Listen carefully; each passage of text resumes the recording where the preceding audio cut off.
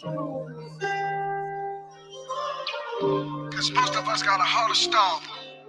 You shut the kingdom up to others like you guinea. Deuteronomy 4 and 6, I pray that's sin in you. All this darkness in the world, you feeling. We supposed to be the light when we witnessing. Are you a disciple of the light? Only time will tell. Now your fruits, you done made that boy a child of hell. Why we put him in slavery before we preach the gospel? We supposed to tear down their customs, not the people. Y'all humbled ourselves. Seek your face on my knees, I'll show us the way. Humbled ourselves, seek your face on my knees, I'll show us the way. Humbled ourselves, seek your face on my knees, I'll show us the way. Humbled ourselves, seek your face on my knees, I'll show us the way. They teach the law, so in your mind is where you supposed to be. Do what they say, not as they do, they emojis see. Abba opened up my eyes, took a hold of me. They mad that he deserving y'all, how it supposed to be. How you mad that he deserving your God? Abba, now, but please break the yokes off. Help us understand that we were chosen to lead. I pray this word get in their heart if they don't smoke the seed. Leviticus 19:34, don't twist that. Matthew 8 verse 11, don't miss that. Many fishes in the sea, throw your fish net. Let everything that have breath, don't switch that. Supposed to be walking like Messiah, not just quote scriptures. A wise man to win souls, pray that go with you. I used to be a Pharisee, had a hate up in my heart when I could barely see. Humbled ourselves, seek your face on my knees, I'll show us the way. Humbled ourselves, seek your face on my knees, I'll show us the way. Humbled ourselves, seek your face on my knees, I'll show us the way. Humbled ourselves, seek your face on my knees, I'll show us the way.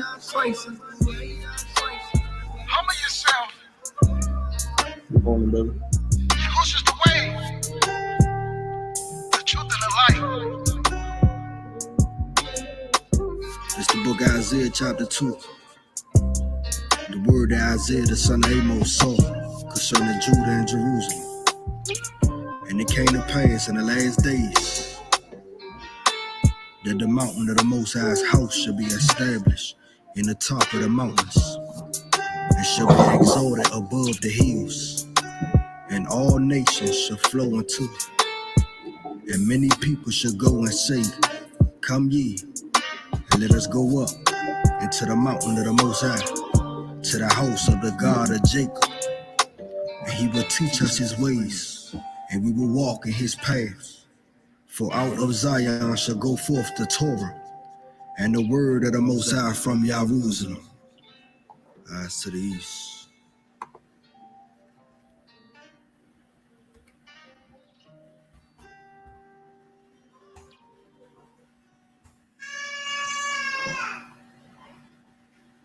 Open your eyes. Let the scales fall away. This is all in written. There is one God, the God of the Israelites. And he is a stern and vengeful God. And we have been mocking him far too long. And now he demands blood. Only a remnant, days of Noah. I pray you hearing this. Till left to a city, he's serious. Don't get comfortable, ready for pilgrimage. Let go the cares of this life. Endure to the end, prepare for this fight. Who face on that digital currency? Render to Caesar, render to Yah, and do it with urgency. Each and it flow fast. Obey the commands, that's how you survive. It's a blessing if you still alive. Keep that oil in your lamp if you wise. Got this garment about to arrive. He really done shorten the times. They gon' pay, they was killing the tribe. Babylon, Asia, Syria, Egypt. Them places he pointing his finger. Them places not about to leave you. Stripping the word from the hands of the heathen. Messiah is coming and we try and see it. We ain't gonna be talking about Egypt. No, for America, we about to leave you. Jerusalem, I've been fiending. Yeah. We wanna go home. Milk and honey, the land of the throne. Got his spirit, we never alone. Forever we grateful, Messiah done sacrifice. The wages of sin, that's the after price. We want that manna from heaven, the appetite. Last supper, it feel like that type of night. Check your heart in this hour. He blowing his wings, don't turn it out, babe, cause it's getting devoured. Yeah, we are the end. come out of the tribulation, we gon' trust in the founder. Trusting y'all with no food on the counter. Allah high him the almighty power. He out rock, he out shield, he out tower, he out tower. Yeah, he about to set us free. It about to feel like a jubilee. They gon' know that he with us. They gon' hold the skirt of a Jew, cause they know that the Jew will lead. Them the people they raped and they hung with trees. Just imagine they face when they view the king. They gon' call it a UFO. They gon' have bombs in the sky, but they ain't about to do a thing. Still keep your faith with the Father, don't intervene. No sliding back, this ain't no Billie Jean. If you don't take that solution, you label a problem. We might just get fixed with that guillotine. If you love him, then keep the commandments. Look what happened when Israel returned. We blowing them trumpets, he hear no cry. He gon' make sure America burn. Don't forget what he did up in Egypt. I guess Sodom, Gomorrah gon' learn. Looking at the reborn of a nation, we gon' leap up this horn of salvation. Yeah.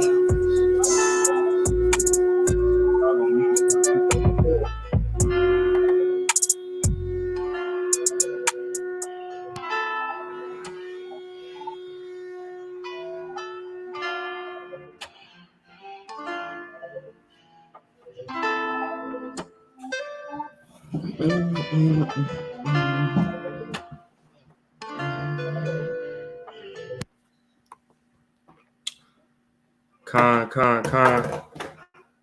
Shalawam family. Shalawam to the Akim. Wathium, right? To the brothers and sisters out there pushing this truth in sincerity and in truth. I want to say the water, Yahweh, right? For giving us this wisdom, knowledge, and understanding that we got from on high, man. Bringing us back to being who we were deemed to be at the beginning, right? Which are, right, the sons and daughters of the Most High God, right? And Salakia, I was live for an hour earlier, and no sound, man. Salakia for that. Lord willing, y'all can hear me now. When y'all come in, go ahead and put a con in the chat or a one, drop a one in the chat, just to let it be known that you do hear me. All right. The water, Yahweh. All right. Hold on.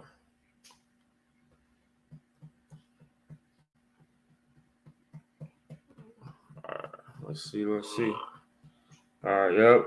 Volume is there. Everything sounds okay. Let's see. Yeah.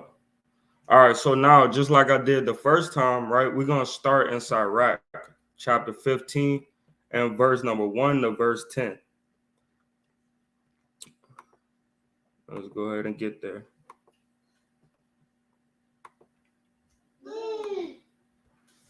This is the book of Sirach, chapter 15, and verse number. Salakia, y'all. Let me put on my jazz again. I'm really cooling with that jazz. All right, there we go.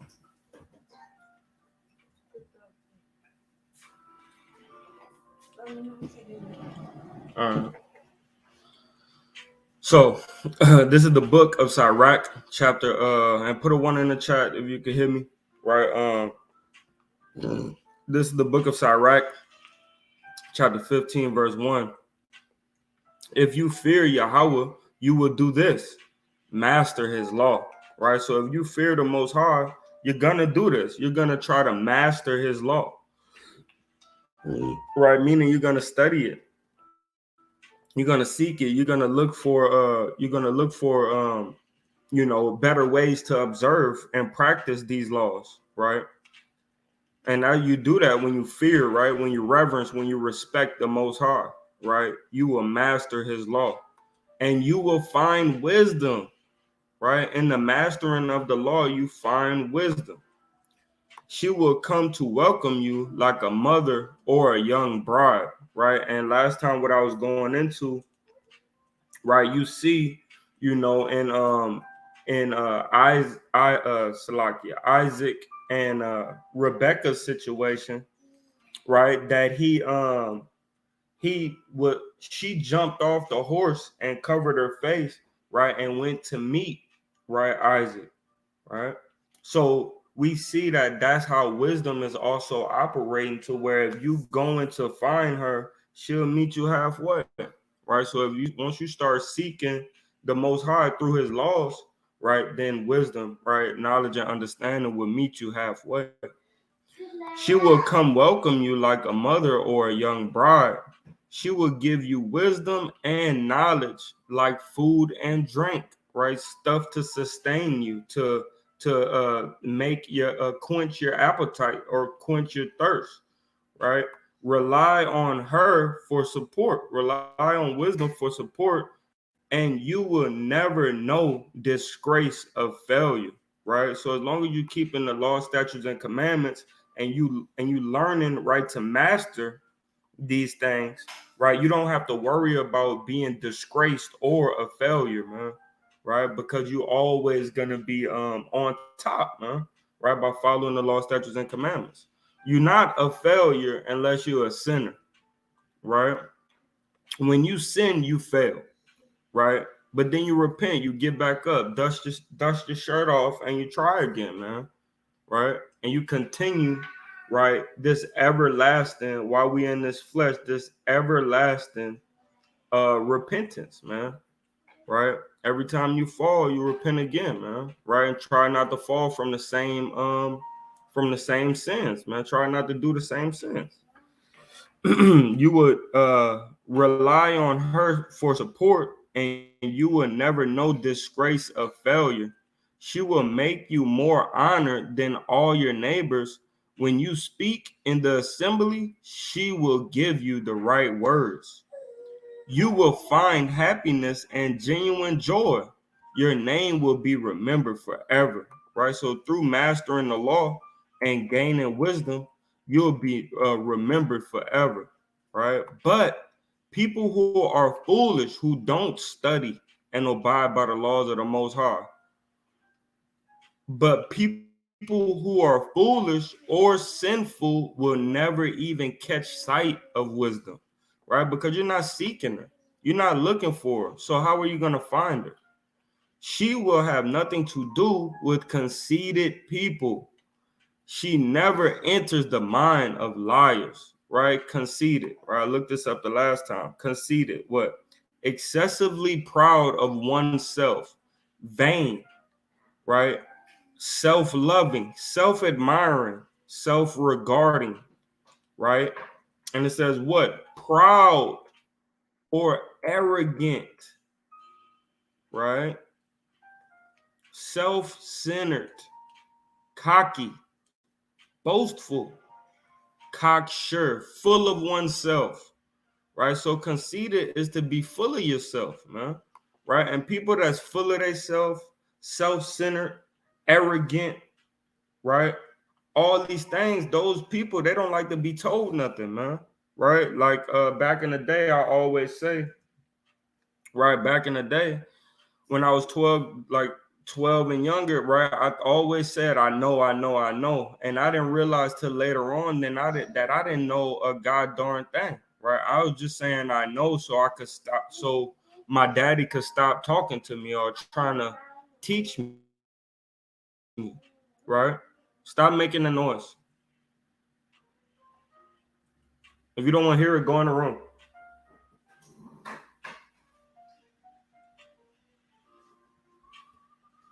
Right? She will have nothing to do with conceited people. She never enters the mind of liars. It is not appropriate for a sinner to sing hymns of praise. Right? A sinner singing hymns of praise is like an oxymoron. It just don't go together, right? Because a believer, right, and somebody who is faithful to the Most High, they sing hymns to praise the Most High, man, right?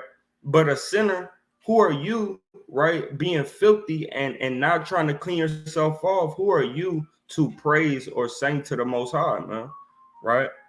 So it's an active sinner, man. Why would you sing hymns of praise? Because his worship is insincere. A hymn should be an expression of wisdom inspired by Yahweh himself, right? So when you have worship or you are praising or singing hymns, right, you want it to be inspired by the Lord. You could feel the spirit come up on you, right? You start crying, right? You praise, you sing, you dance, right? Some people, even David, he danced out of his clothes, man, because he was in the spirit so much, man, right? So, like I said, mastering the law, right, that's how we show that we fear the Most High, right? And in mastering the law, that's where we find wisdom. That's where she may be found, right? So we're gonna get into the law a little bit. All right.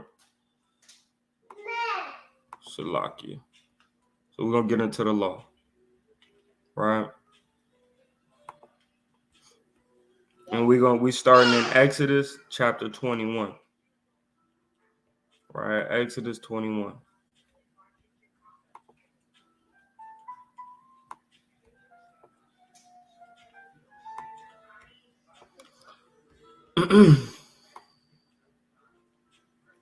So it says what? It says, now these are the judgments which thou shalt set before them.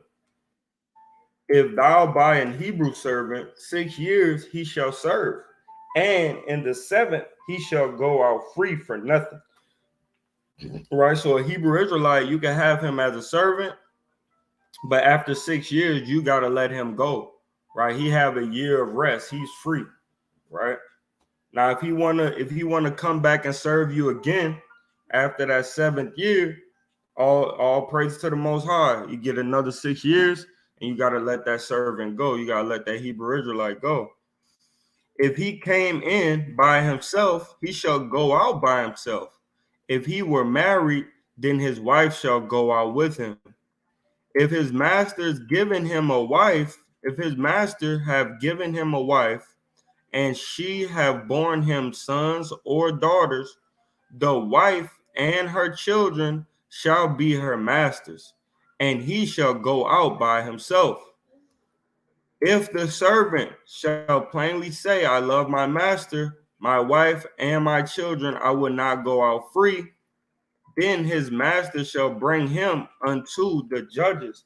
He shall also bring him to the door or unto the doorpost of his master, uh, uh, Salakia, or unto the doorpost, and his master shall bore his ear through with an awl, and he shall serve all.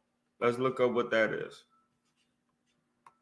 Right. It's like you take a nail and a hammer and you pierce the ear through, and then you'll have a hole in your ear. Right. Let's see. All.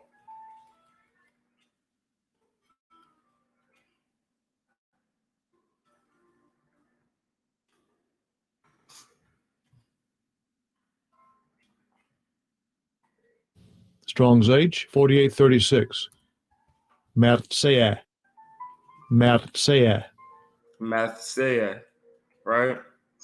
It says a all boring instrument. Right. Something to right, something to make a hole in your ear, right? Like an ear piercing. Right. Take him to the doorpost, and then you pierce his ear. Right now, that's your servant for he shall be your servant forever. Right. You have now your family is joined in with your family, right? With the Hebrew Israelites. You now have a servant for life, right? And if the servant shall plainly say, I love my master, my wife and my children, I will not go out, then his master shall bring him unto the judges, and he shall also bring him to the door or unto the doorpost, and his master shall bore his ear through with an awl, with a boring instrument, and he shall serve him forever. Right. And Hebrew Israelite nowadays, right, we wouldn't even try to keep your wife or your children right away from you. Brother give you your wife and children and tell you to go if that's what you want to do, right? But I believe the Most High gave that to us so we could have, right, families live with us in this same little area, right? Because why would you want to leave your wife and your children, You wouldn't want to leave your wife and your children, right? And do what? Go serve somebody else and have another wife and more children? No. It would make you, it would emphasize that you guys need to gather together. You need to stay together, right? Because nobody ain't going to leave their wife and children. And it says, and if a man sell his daughter to be a maidservant, she shall not go out as the men servants do. If she please not her master who has betrothed her, right? So the reason why it says that shouldn't go out like a men servant do, she should not, right, go out in the 6th year, right? Because now you're a wife, right? You're married. And also, she should not go out as a men servant as if you can never redeem her, right? Once you sell a manservant, right, that manservant is for that new owner, right? But with a woman, right, if she go out and she don't please her master, if she don't please the person that she been uh, bought by, right? If she please not her master who has betrothed her to himself, then shall he let her be redeemed. To sell her unto a strange nation, he shall have no power, seeing that he dealt deceitfully with her, right? So if you end up not loving her or not liking her, you cannot now give your wife unto a strange nation, a Hebrew woman. You cannot go ahead and just give her into a strange nation. It don't work like that, right? It's different. If he had betrothed her to his son, he shall deal with her after the manner of daughters, right? It should become like it's your daughter-in-law. It should become like your daughter. If he take him another wife or food or raiment, and her duty of marriage shall he not diminish. So when you get a second wife or a third wife or a fourth wife, you cannot diminish her food, her raiment, or her duty of marriage. So you can't take away from one wife in these aspects, which is relations, right?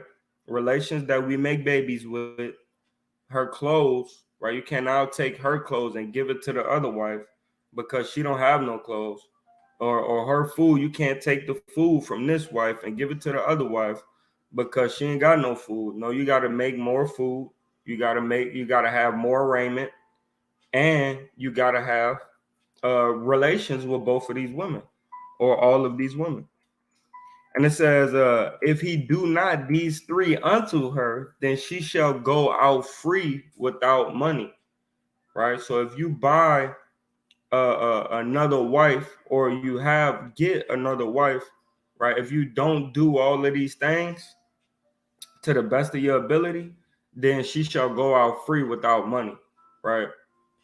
But nowadays we do not want to do this like this. Why? Because you create a whore, right? It makes you make a daughter of Zion a whore, right? By just sending her out free or not fulfilling your duties, right, as a husband, right? And in this society, we don't have the same things that we were gonna have and that we had in Exodus, right? Where we had our own tabernacle, we created our own clothing, right? We had our own food. We killed of the herd and had food, right?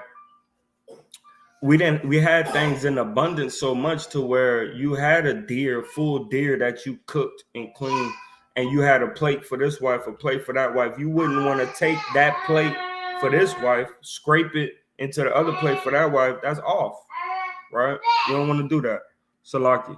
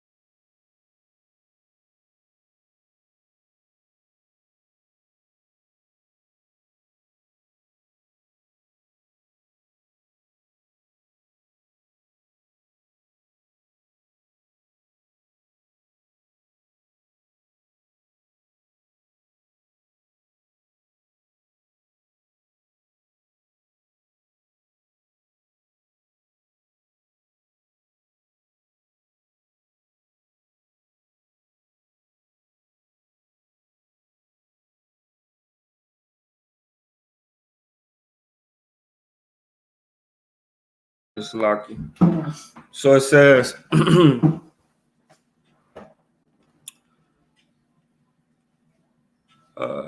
you shall let her go without money, right? She shall go free. Personal injuries. He that smiteth a man so that he die shall surely be put to death.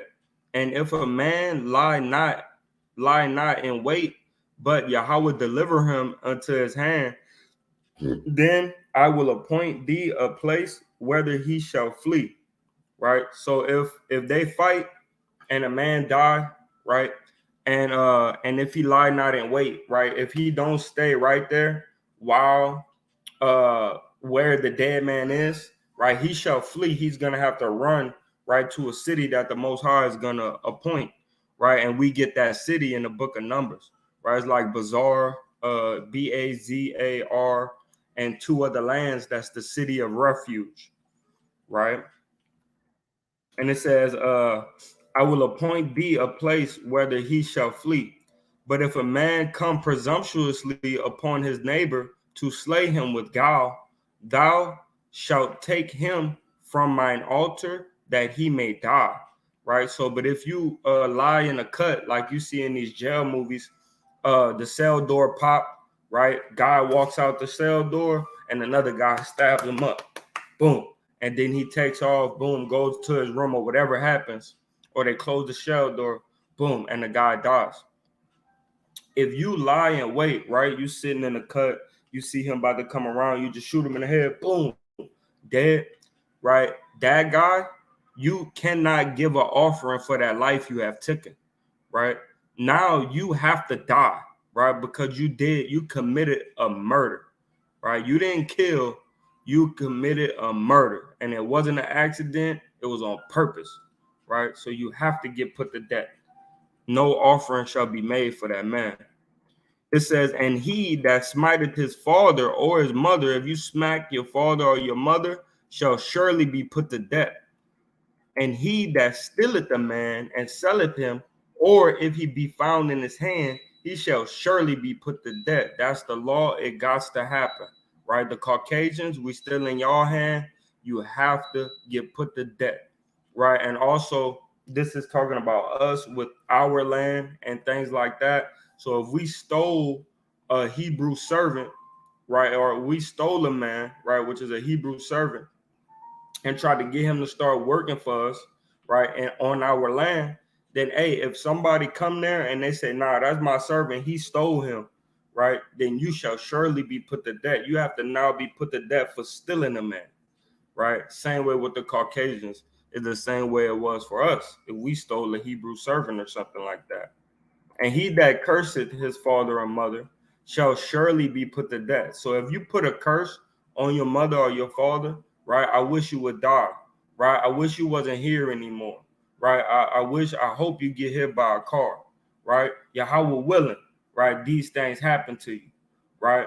Let that man be a curse. Let my father be a curse. All these different curses that you try to put upon your mother, right, or your father, you have to be put to death. If somebody hear this curse, if your mama and your daddy hear the curse, right, they in times of old, you would be killed immediately, right? But now we let these things slide. That's why you have little boys growing up to want to be girls, and little girls growing up to want to be men, right? It's because you have these disrespectful children, right, that want to do what they want to do and don't listen to their father and mother and curse their father and mother. So the Most High put these imaginations up in their brain to make them think that it's okay to do so, right? With sex changes and all these other things, because they have no respect for their mother and their father. They don't honor their mother and their father, because if they did, you would not see gay people. You would not see bisexuals, right? You would not see these different things, because you would be dishonoring your father and your mother when you get caught out there doing these things, right? So it says, and he that curseth his father or mother shall surely be put to death. We see that not happening. So that's why you got people disrespecting and cursing their father and their mother. Not curse words, right? not F this and crap this and no, none of that, right? It's actual curses. Verse 18, if men strive together and one smite another with a stone or with his fist, and he die not, but keepeth his bed, right? He get on hospice, right? Or he basically laid to rest in the hospital, concussion, things like that. Not dead, but knocked out or whatever. If he rise again and walk abroad on his staff, then shall he that smote him be quit, right? Quit meaning free, right? Innocent, free of charge, right? Because it would have been murder, right? But it's not murder because he rose again and walked on his staff. So the guy's not dead. But there's stipulations to this. You have to understand. Only he shall pay. So the guy, right, that hurt this other man, he has to pay for the loss of his time and shall cause him to be thoroughly healed, right? So he have to pay his servants. He got to pay his the chores to the children. He has to pay all that he needs, right? The damn working in the field, the hired servants that work in the field. You have to pay everything until this man get back on his feet and nurse back to health. So this will make you think once or twice before you just get in a fight with somebody, because you might injure him, you might knock him out, you might kill him, right? And all these things, they're punishment and weights that have to be paid, right? Is money that have to be paid, things like that. So you would actually think twice before you sit there and fight your brother, right? Verse Exodus 20 and 21 and 20. If a man smite his servant or his maid with a rod, and he die under his hand, he shall surely be punished. So there's a punishment that comes, right, for killing a servant, right, with a rod, right? You just hit him upside the head, boom, and kill him, right? You have to be punished for that because that's not righteous in the sight of the Most High, right? And it said, notwithstanding, if he continue a day or two, he shall not be punished, for he is his money, right? So if the person stay alive, right, for a day or two, then he shall not be punished, for he is his money, right? It was an accidental death, right? He didn't mean to hurt him like that. It just happened like that. But if you go there and you kill this man, right, and he die on that day in that hour, then yeah, you're gonna have to be punished. But if he continue, right, a day or two, he shall not be punished. So if he lives for another day or two, then that shows that you had some type of mercy. It was an accident on him passing away or her passing away. If men strive and hurt a woman with child, so that her fruit depart from her, meaning she miscarry, right? And yet no mischief follow, meaning nothing else happens after that. Everything stops. Stuff is at a halt, right? Trying to figure this thing out. He shall surely be punished, right? That God shall be punished, right, for killing this baby. According to as the woman husband will lay upon him, and he shall pay as the judges determine. So there's gonna be have to be a payment made, right, for you killing a woman's baby, man, right, or a man's baby, right? You have to pay that back. And if any mischief follow, meaning if he don't want to pay this, or I'm not doing none of that, this, that, and the third, right? All that neck moving and hand shaking. If any mischief follow, then thou shalt give life for life. If he don't want to pay you what you asked for from him and a judge approve it, right? Then hey, you kill him. You kill that man. You don't want to pay me for you killed my son, you killed my daughter. It was in the womb, right? If you don't want to pay me back for that, right, I'm just gonna murk you. That's it. The Most High said it. It's part of the law, right? Eye for eye, tooth for tooth, hand for hand, foot for foot, burning for burning, wound for wound, stripe for stripe, right? So whatever happens to this baby, right? You're gonna have to pay that back, right? And then you know if you burn my house, right, I'm gonna burn your house, right? All these different things gotta happen. Burning for burning, wound for wound, strike for strike.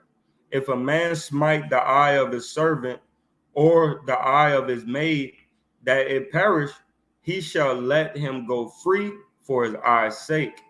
And if he smite out a manservant's tooth or a maidservant's tooth, he shall let him or her go free for his or her tooth's sake.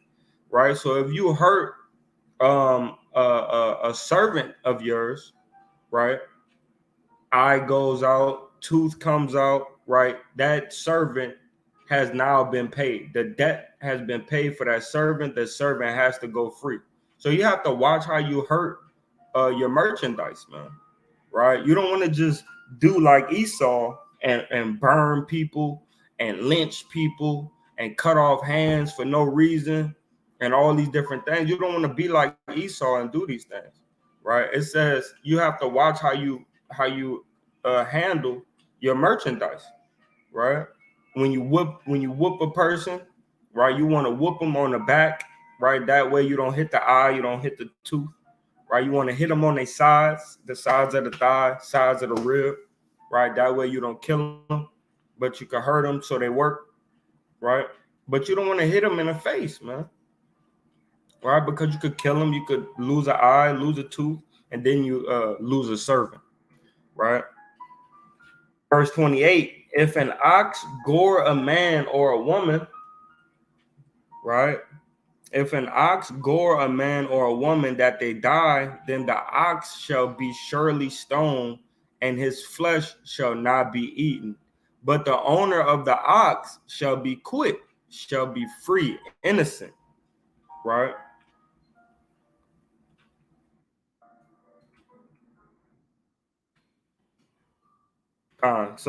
They shall be innocent. But if the ox were wont to push with his horn in past time. So if you was warned that your ox does push, right, or hit people with a headbutt, right, or however you call ram people, right? If you were warned that your bull does this, right? It says with his horn in times past, and it has been testified to his owner, you have been warned, and he had not kept him in, you haven't put him in a barn, right? Kept him in, but that he had killed a man or a woman, the ox shall be stoned and his owner shall be put to death, right? So now you have to be killed because you didn't take the right precautions, right, to save a life. You got to be smart in instance like this, especially so if an ox, right, and you have more than one ox and it pushes somebody, right, and they warn you, you might as well kill the ox and eat it, man. Cook up the ox, man. Right? Tell the person thank you, man, for warning me, man. Now we don't have to worry about that no more because we're gonna eat his ass, right? And I got more ox that need to mate with the heifers anyway, right? It says, if there be laid on him a sum of money, Salaki.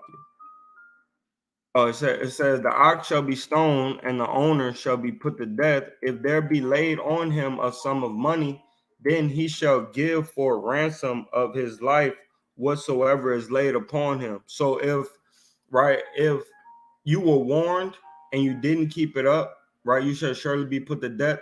But if a family member, right, the dad, the mom, whatever, say, look, don't worry about it, just pay me $1,000,000, right? Pay me 3 acres of land, right? He shall surely do that, man, right? If you want to give me mercy, right, then I gotta pay whatever that ransom is. If there be laid on him a sum of money, then he shall give for ransom of his life whatsoever is laid upon him. So if they want to give you mercy and say, look, we're not gonna kill you, I understand, right? But pay me, 20 oxen and three lambs and 10 goats, right? And you pay that money, then your life is spared, right? But it's all up to the revengers of blood, right? Which would be the mom, the dad, the brother, right? It'll be up to them to ask for that sum of money. Whether he have gored a son or gored a daughter, according to this judgment shall it be done unto him. So if it's a mother or father that the ox, right, hurt the son or the daughter, they could say, look, man, don't worry about it. Just, I understand, right? Yeah, we lost our kid, but I would take this portion of your land and you could spare your life. Or if you don't want to give me that, I'll kill you, right? If the ox shall push a manservant or a maidservant, so if there's a servant on your land, right, or they went into your neighbor's land and they hit a servant, the ox headbutt or ram a servant, he shall give unto their masters 30 shekels of silver, and the ox shall be stoned, right? So if it's a servant, right, which is not a Hebrew, right, it's a servant, you gotta pay, right? You're gonna have to pay that master, that the owner of those servants. Salaki, give me a second right quick.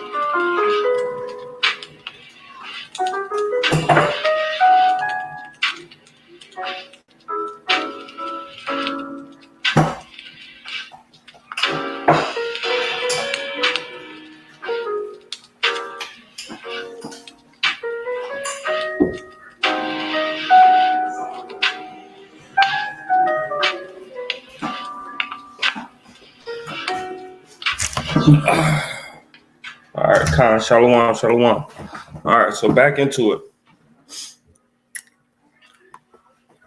It says, If the ox shall push a manservant or a maidservant, he shall give unto their master 30 shekels of silver, and the ox shall be stoned.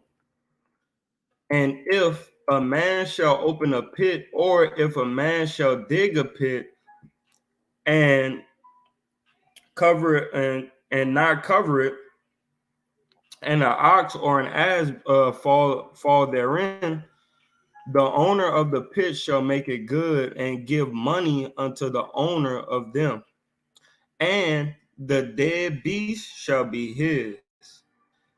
And if one man's ox hurt another's that he die, then they shall sell the live ox and divide the money of it, and the dead ox also shall they divide.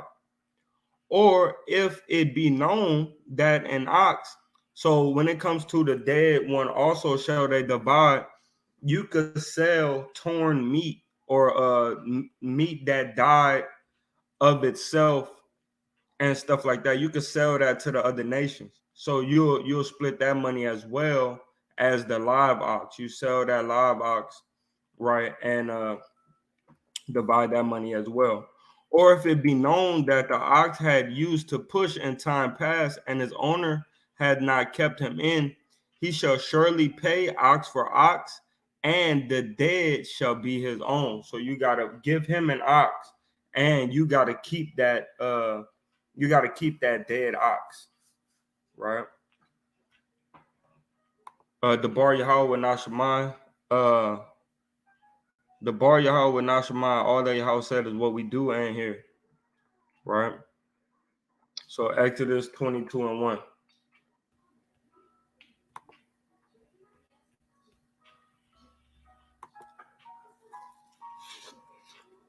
It says, if a man shall steal, Salaki, if a man shall steal an ox or a sheep and kill it or sell it, he shall restore 5 oxen for an ox, and 4 sheep for a sheep.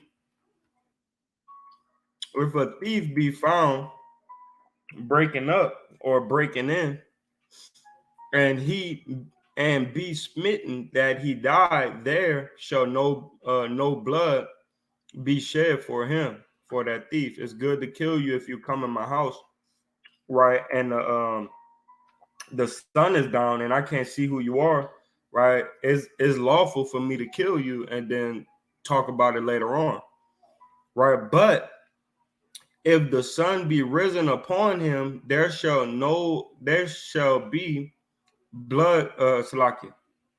But Salakia, if the sun be risen upon him, there shall be bloodshed for him, for he should make uh a full restitution.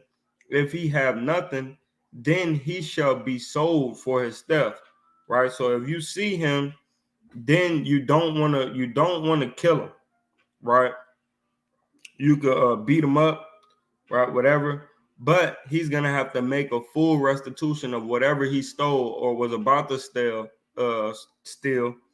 If he have nothing, then he shall be sold for his theft. So then, if he don't have nothing to pay you back, he have to work off what he was about to steal. If the theft be certainly found in his hand alive, whether it be ox or ass or sheep, he shall restore double.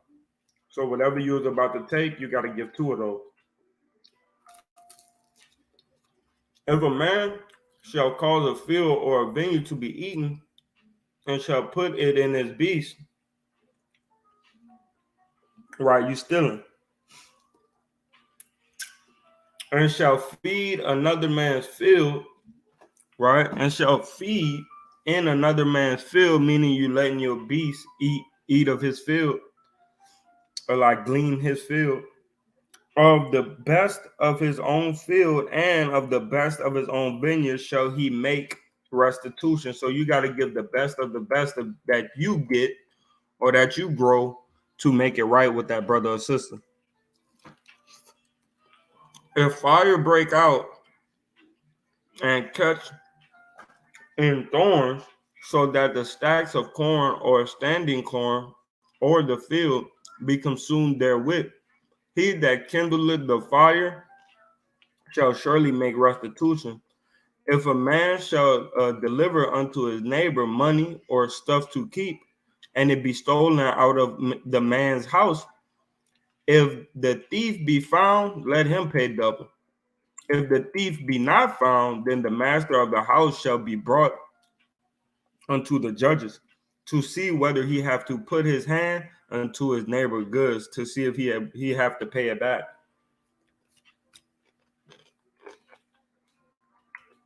Verse 9. For all manner of trespass, whether it be for ox, for ass, for sheep, for raiment, or for any manner of lost thing, which another challenges to be his, right? You claiming something that's not yours or that is yours. The cause of both parties shall come before the judges, and whom the judges shall condemn, he shall pay double unto his neighbor. So whoever gets convicted, he has to pay that double, right?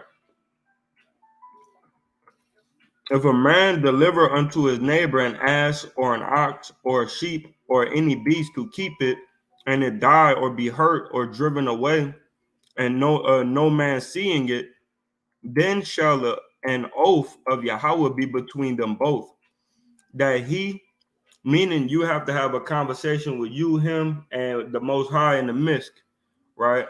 And he then shall an oath of the Lord. Hold on. I'm gonna start at 10 again. If a man deliver unto his neighbor an ass or an ox or a sheep or any beast to keep it, and it die or be hurt or driven away, no man seeing it, then shall the oath of Yahweh be between them both, and he had not put his hand unto his neighbor's good. And the owner of it shall accept thereof, and he shall not make it good, meaning you have mercy and grace upon that brother, right? That whatever happened to your animal, right? You have mercy on that brother and grace between you, him, and the Most High. You say, man, it's good, man. Don't worry about it. You know what I mean? I'm all right. You all right? Long as everybody's safe, it's all good. You could do that. We can actually do that, right? And that's giving that same mercy and grace that Yahweh gave unto us, man. Not knowing the truth, breaking many Sabbath days, working on the high holy days, new moons. He gave us so much mercy to be able to do it right in this time right now, right? So how much more, should we forgive our brothers when they trespass against us, man? Right? That's why he said, forgive us our debts as we forgive our debtor, right? Forgive us our trespass as we forgive. It's a lot. As we forgive those who trespass against us. And if it be stolen from him, he shall make restitution unto the owner thereof. Right? But if you know that it was stolen from you, then just pay it back. Right? Just pay it back. It says, if it be torn in pieces, then let him bring it for a witness. He shall not make it good that which was torn. So the pieces of the beast that was torn, you don't have to make that good. But and it says, if it be torn in pieces, then let him bring it for a witness, and he shall not make good that which was torn. So if it got beat up by another beast, right, then you don't have to worry about paying that back. It was just an animal, trying to eat, so you don't have to worry about making that good. And if a man borrow aught of his neighbor and it be hurt, right? If you borrow an ox or ass or something like that, and they get hurt or die, the owner thereof being not with it, he shall surely make it good. So if I loan you something to use, right, a horse, donkey, whatever, you have to make that good if something happened to it while I'm not there. And then it says, but if the owner thereof be with it, right? If I'm right there with you and it gets sick or it die, he shall not make it good if it be an hired thing. It came for his hire, right? So if I'm with you and my animal croaks, it falls over, right? Then you don't have to worry about making that good because we was both using it, right? I could see it working. I could tell you, okay, it's time to give it water, things like that, right? But if I'm not there and my animal died, then you have to pay it back. If I'm there, my animal dies, working and helping you, right? Then it's on me. I loan the animal to you. I'm right here. I should have told you to stop. It was getting weary or whatever. So you don't have to worry about paying that back. If the owner thereof be with it, right? It's like it's sundry laws. And if a man entice a maid that is not betrothed and lie with her, he shall surely endow her to be his wife. If her father utterly refuse to give her unto him, he shall pay money according to the dowry of virgins. And Salaki, he shall pay money according to the dowry of virgins. Thou shalt not suffer a witch to live. So if you break somebody's virginity, right, and the dad don't want to give her to you, then you got to pay the dowry of a virgin, and that daughter goes back with the father, right? And we get more of that in Deuteronomy. It's further explained. Thou shalt not suffer a witch to live. No witches shall live, whether it be Torah card readers, palm readers, necromancers, right? People that do sorceries with these damn shots and needles and different IVs. The people that came up with those different sorceries and stuff like that. That's witches, right? They shall not live, right? Witches that actually do spells and cast spells on people, they shall not live, right? No witch shall live, man, right? But nowadays, we got to leave that judgment up to the Most High. You can't just go out and say, oh, no, it's a witch. I see it. Boom, and you kill her.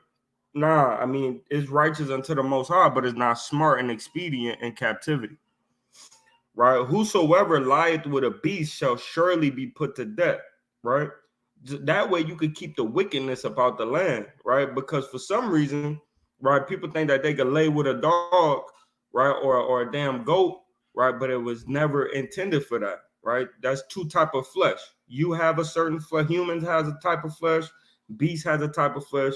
Fish have a type of flesh, and fowls have a type of flesh. We see that in the book of Ezra, right? Second Ezra or first Ezra, right? So we ain't supposed to mingle our flesh, man, right? It's off. And that person that lay with a beast shall be put to death. He that sacrifice unto any god, save Yahweh only, he shall utterly be destroyed, right? Whether that's by the hand of a brother or a sister, or strictly by the hand of the Most High, right? That person that serve and sacrifice to another god shall surely be destroyed, man, shall utterly be destroyed, right? That's why you have the Most High actually when I believe it was Phineas, right? When he came through and stabbed that Midianitish woman and her husband, Israelite, right? The Most High stopped the curse that was going on, right? Because he saw somebody was serving the other God, and boom, he put him to death. So it stayed the hand of the Lord from destroying the Israelites. So we see the Most High love when we destroy people that sacrifice and worship to other gods, man. Right? Verse 21. Thou shalt neither vex a stranger nor oppress him, for you were strangers in the land of Egypt. So the same way that these Caucasians did us, we can't do that to them like that. Cut off a hand for whatever, burn them for whatever, right? Just because, throw a baby to an alligator just because you want to make alligator shoes, right? All these different things. We can't do that, right, to our servants, right? We have to oppress them righteously, right? We have to make them serve us righteously. We need them to want to serve us. So if we vex and we beating them down all day, they end up wanting to run. But if we give them a wage, we make sure they fed, give them a house, right? They'll work for us with no problem, right? A gift destroyed the heart. that also works on our servants. We give them gifts so that way they don't worry about running, right? It says, for ye were strangers in the land of Egypt. That's why the Lord don't want us to oppress our servants bad. Ye shall not afflict any widow or fatherless child, right? It don't matter, it ain't say which nation, right? It just letting you know, don't mess with, right, or pee off a widow or a fatherless child or orphan. Why? If thou afflict them in any wise and they cry unto me, I will surely hear their cry, right? Because the Most High, He has a lot of grace and mercy and love for the fatherless, right, or orphan, and the widows, because they're going through something. They don't have a head, they don't have a covering, right? So the Lord is their covering. So when they cry unto the Most High, right, it's like they crying to their father, their actual father, and He has to do something about it, right? Because they don't have an actual fleshly father or fleshly husband, right? So the Most High becomes that.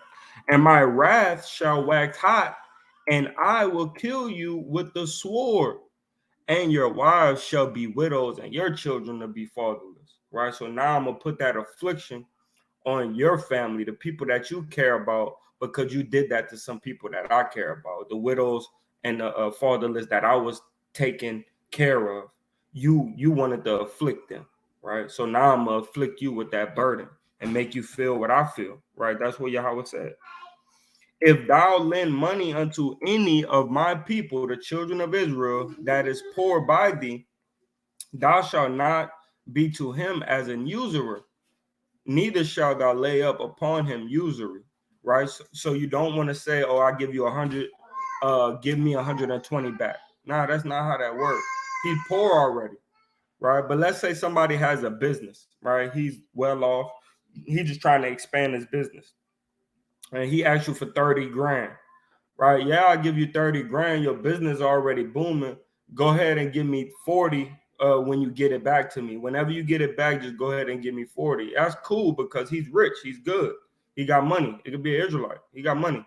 Pay me, right? Because I'm helping you expand your business. We help one another, right? But if he's poor, you cannot ask usury. This is how the small hats have been flourishing in for a certain time period, right? Until this damn war came, but that's how they've been flourishing. They didn't do usury one to another, man. That's a law that they keep. Muslims as well, they keep that law as well. They don't exact usury on their people, but they get it from us, right?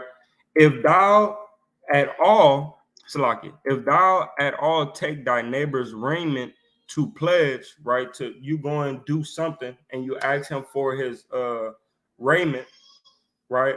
Thou shalt deliver it to him by the sun going down, because in the so-called Middle East, at nighttime it's cold, right? No matter what season it is, at nighttime it get real cold, right? So you have to give that back to him before the sun go down. For that is his covering only, right? Same way as the husband of that widow was her covering, and that husband of and the father, which is the husband of that widow, the father of that child, it was her, it was the child's covering. Same way, right? Same way with this covering of the raiment, right? It is his covering. It is his raiment for his skin. Wherein shall he sleep? How can he be warm, right? And how can he sleep well if you got his raiment and you ain't never give it back, right? You took his covering, right? And it shall come to pass when he cried unto me that I will hear, for I am gracious, right? So in affliction, the Most High hear the cry of his people, right? We're going through affliction in America, man, right? And when we afflict our souls and we fast, right, and we put on sackcloth and dust and ashes, right, the Most High, it turns the volume up, to where the Most High hear us more clearly, man, right, to where he answers prayers. Same way with somebody that you took his coat and he out there in the cold and can't sleep. If he pray against you unto the Most High, right, the Most High is going to hear him and do something to you, right, whatever that something is. Thou shalt not revile the gods, nor curse the rulers of thy people, right? And when it goes into the word revile, right? Revile is I'm gonna go through it again, right? I'm gonna go through it again just for y'all.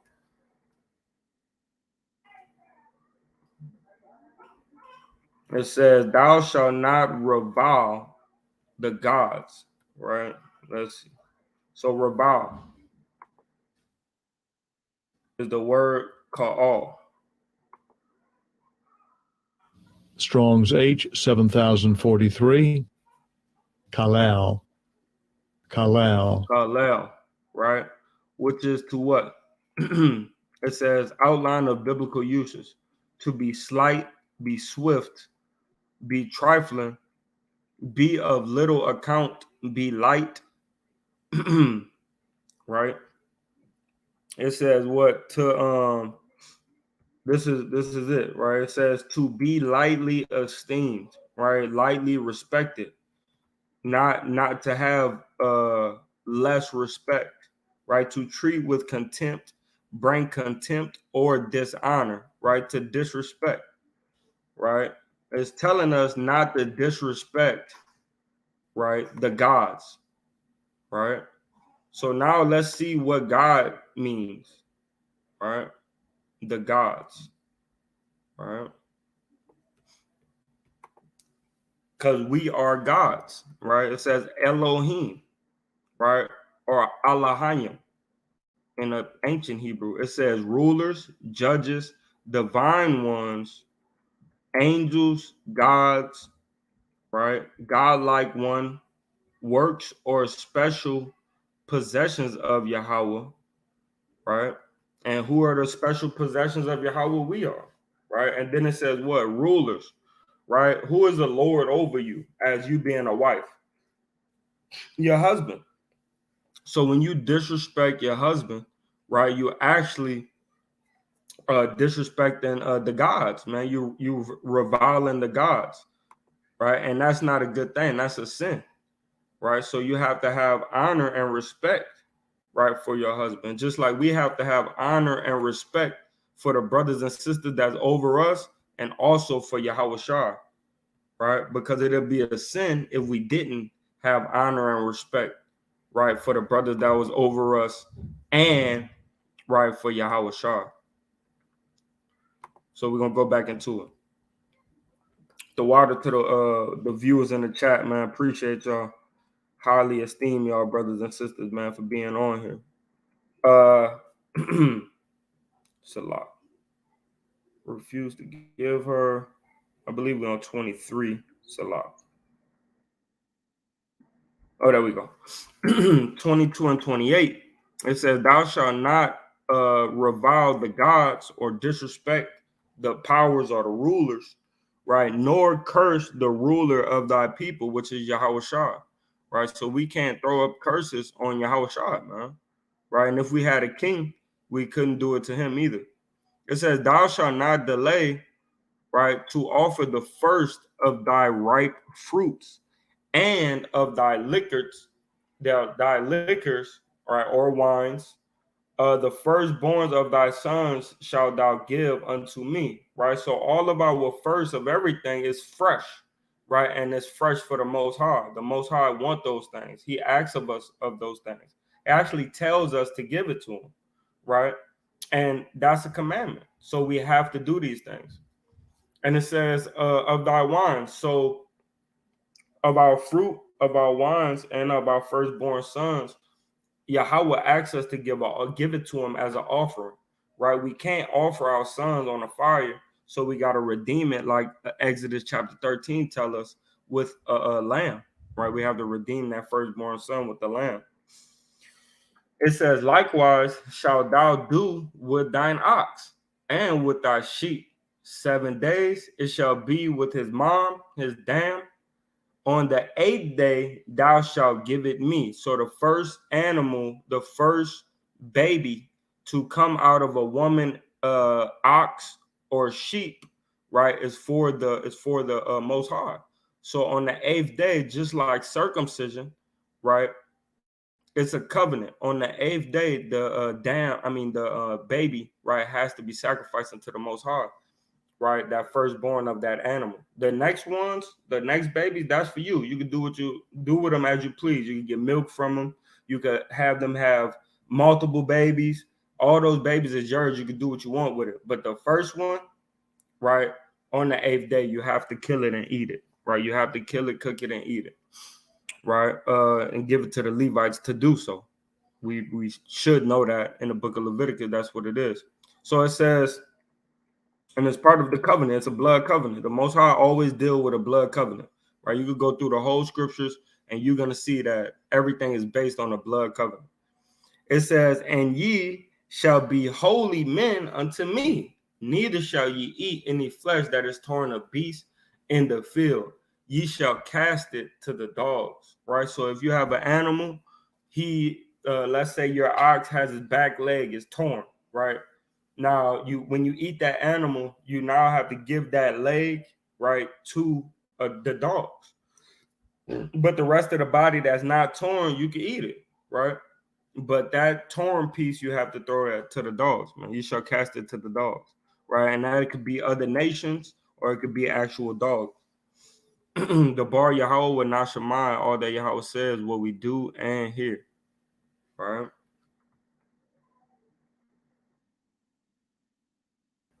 Salakia.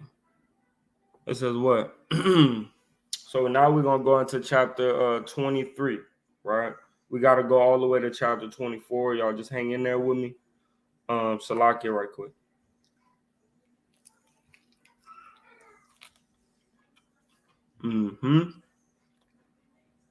All right. So now it says, thou shalt not raise a false report. Put not thine hand with the wicked to be unrighteous witnesses, right? So we can't lie in a matter, right? Especially a matter, any matter, right? But they got matters that where you get put to death and things like that. And we can't raise up a false report on that because it's serious, right? We should not do that. Oh yeah, I saw him steal it. You ain't see him do anything. Don't raise up a false report, right? If you don't know what really happened, don't say anything at all, right? If you saw it all, tell everything you know, right? Because this is how we keep wickedness out of our land and of our nation and keep righteousness in, is by not doing these things or doing these things in the right way. Thou shalt not follow a multitude to do evil, neither shalt thou speak in a case to decline after many to wrest judgment, right? So like you.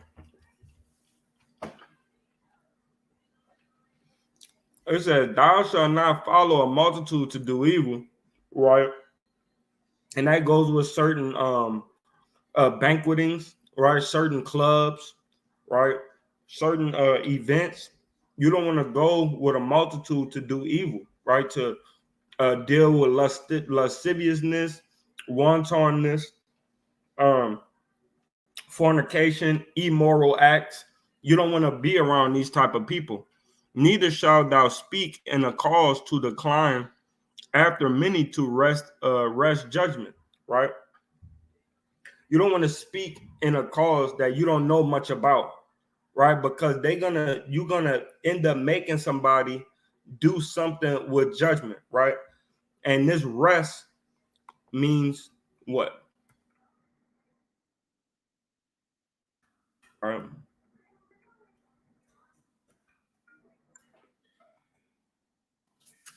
This word rest, right? Natal. Natal, right? Salakia. Strong's H 5186. Nacheth.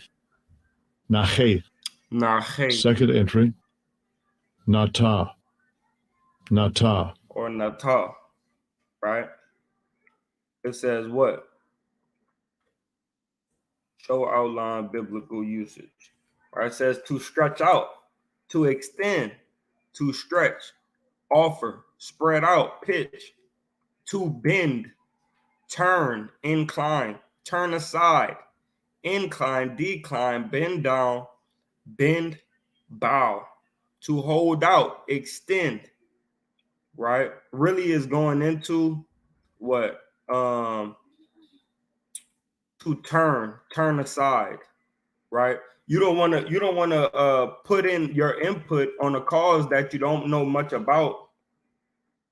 And then what you do is you make them bend judgment, right? You don't want to have somebody that's supposed to be judges, officers, right, captains.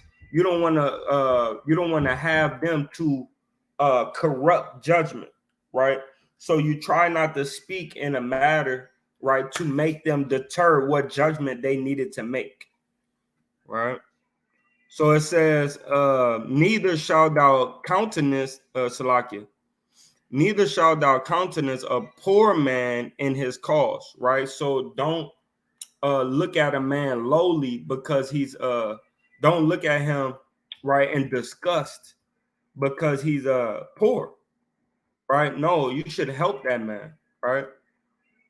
So it says the poor of our people, we can't look at them and be like, oh, this nigga poor, this, that, and the third. No. Show strong info. It says what? To a crooked place, right? Glorious honor put forth, high, to be high or proud, right? It's talking about this, to look at them crooked, right? To look at them in a bad light. All right. Outline biblical usage, swell, to honor, pay honor to, show partiality, right? Partiality, right? You don't want to do that, man. Looking at the poor of your people, right? You actually want to help them, right? Become unpoor, give them a job, right? Give them money, right? Help them out with something to eat, right? Neither shall thou countenance or show partiality to a poor man in his cause, right? Don't help that brother. If thou meet thine enemy's ox or as going astray, thou shalt surely bring it back to him. So if you at odds with a brother or sister, but you see his ass or his ox wandering off, right? Grab that thing and bring it to your brother because you might gain a friend, right? He might have been your enemy, but in that you will show, right, that you're actually a friend, and you might gain a brother. If thou see an ass of him that hated thee lying under his burden, and wouldest forbear to help him, thou shalt surely help him, right? Somebody that don't like you, still help them. It says, pray for those who despitefully use you, right? And you get it, right? So it's telling you to help him even though he don't like you, right? Why? Because it'll be a forgiveness of sins, man, if that brother, right, repent of his hatred, right, and learn how to love you, man. It's a beautiful thing. Thou shalt not rest the judgment of thy poor in his cause, right? You should not show partiality to a poor man when you judging him, right? Keep thee far from a false matter, and the innocent and the righteous slay thou not, for I will justify the wicked, right? So he gonna judge you. How we gonna judge the wicked, right, for slaying the innocent, man? And we see that about to happen with Esau, right? We see that with Christ, right? We still got people that's getting judged right now until the last day of judgment, right? That he's gonna kill for the strength of killing Christ, man, the innocent, right? Just like Abel, innocent blood crying out. We are like Abelites, right, through the spirit. And when we die and we cry out from getting put to death by Caucasian people, right, the Most High is hearing that. He's like, all right, I'm waiting. The spiritual Canaanites is gonna get their judgment eventually, like we read in Psalms 79 and verse number 11. Right, that judgment had to go back on Cain sevenfold, right, for slaying his brother, and he has not been touched yet as a whole. And thou shalt take no gift, for the gift blinded the wise and perverted the words of the righteous. So when you go into judgment, you have people that will give you, like people that's bad, right? They go in into school and they bring a whole bag full of apples, and each teacher they give them an apple. Boom, boom. Hey, how you doing, Miss Such and Such, Mr. Such and Such? Here goes an apple. Boom. A gift destroyed the heart. That little kid probably bad as hell. And you'll think about that apple, nah, but he was sweet in this instant, and it's gonna pervert your judgment, right? So a gift, if you're a judge, don't take gifts from people, right? That you're about to judge, because it's gonna pervert your judgment, right? Also, thou shalt not oppress a stranger, for ye know the heart of a stranger, seeing ye were strangers in Egypt, right? So treat your strangers right, man. Right? When you get a stranger coming to your land, not saying you have to let them into your house, right? But at least give them something, right? Help that person out, right? If you got a piece of land, give them a little piece of land, right? Whatever. Help a stranger, right? Because at the end of the day, you were strangers in the land of Egypt. And when we was coming out of Egypt, what did they do? They helped us being strangers. They gave us gold, they gave us silver, right? And we was thrust out of the land, right? But they did help us at the end of the day. So strangers, it's cool to help a stranger, right? Not saying to help the wicked, right? Because we see that in Sirach chapter 12 and verse 4, man. You'll get you'll get double judgment on you for helping a sinful or a wicked person, right? So you also have to watch how you help people too. And hold on, okay, in the land of Egypt, and 6 years thou shalt sow thy land and shalt gather in the fruits thereof. But the 7th year thou shalt let it rest and lie still, that the poor of thy people may eat what they leave, the beast of the field shall eat. In like manner, thou shalt deal with thy vineyard and with thy olive yard. 6 days thou shalt do thy work. Right. So on the 7th day is the 7th year is a year of rest. So at the end of that 6th year, starting the 7th year, everything has to rest. The beast of the field, they could eat the fruit. The poor come through, eat the fruit. You could pick fruit off of your tree, right? But you cannot go glean everything and then put it up for sale and stuff like that. No, you're just letting everything rest, right? You're letting the land rest, everything like that. So it says, 6 days thou shalt do thy work, and on the 7th day thou shalt rest, that thine ox and thy ass may rest, and the son of thy handmaid and the stranger may be refreshed. So the Lord gave us a day out of the week, right? 4 days out of the month that we have to rest, right? We have to take rest. Because why? Because it's gonna have you refreshed. It'll have the animals refreshed. It'll have your servants refreshed, right? And it'll have the strangers in your land refreshed, so they could do better work in that next coming week, right? And in all things that I have said unto you, be circumspect and make no mention of the name of other gods, neither let it be heard out of thy mouth, right? But we see many of our brothers, and I could go into accounts, but I'm doing this all alone, so I'm gonna go through it. But we see in multiple accounts, our brothers, right, calling out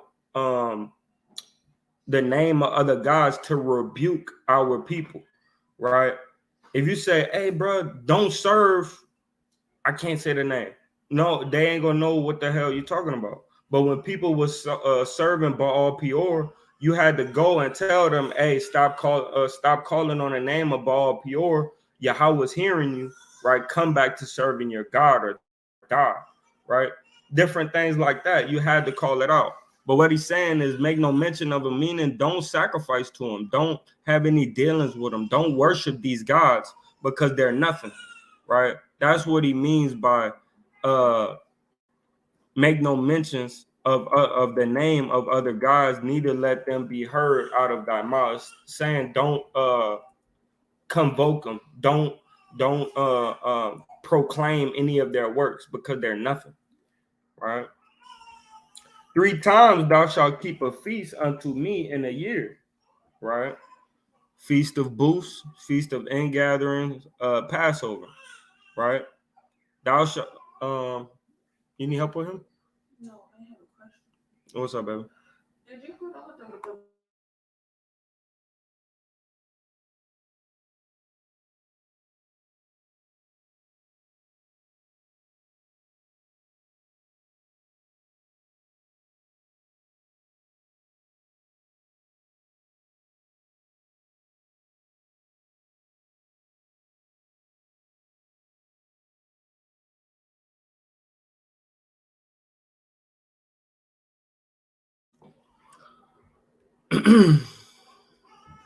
All right, Salaki. So it says, thou shalt keep the feast of unleavened bread. Salak, 3 times thou shalt keep a feast unto me in a year.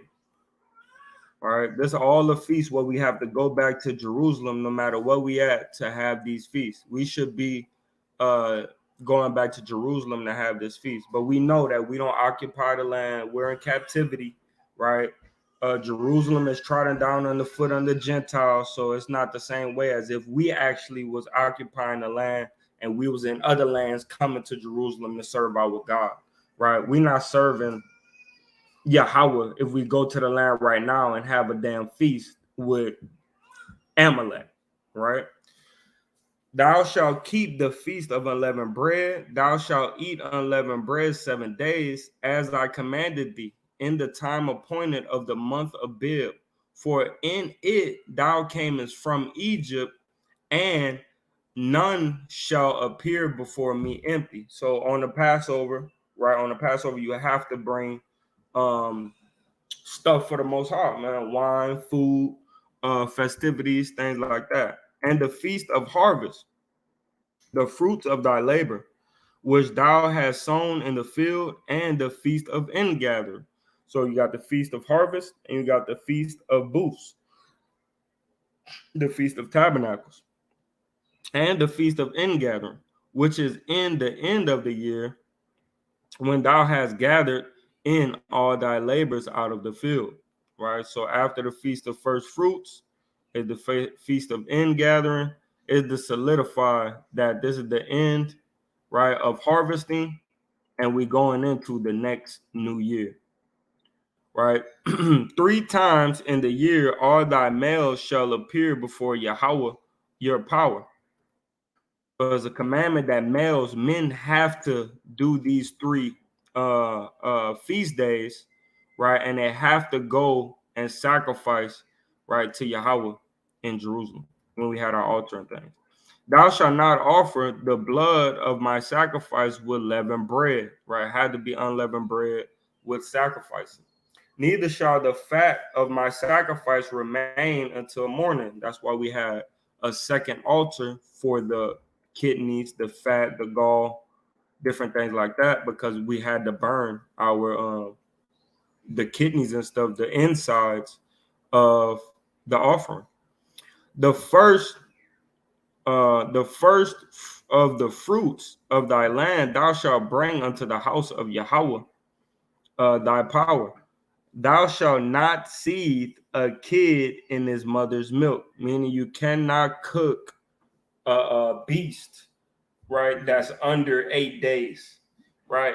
The beasts have to be older than 8 days for you to cook, clean, and eat them, right, and sacrifice them to the Most High.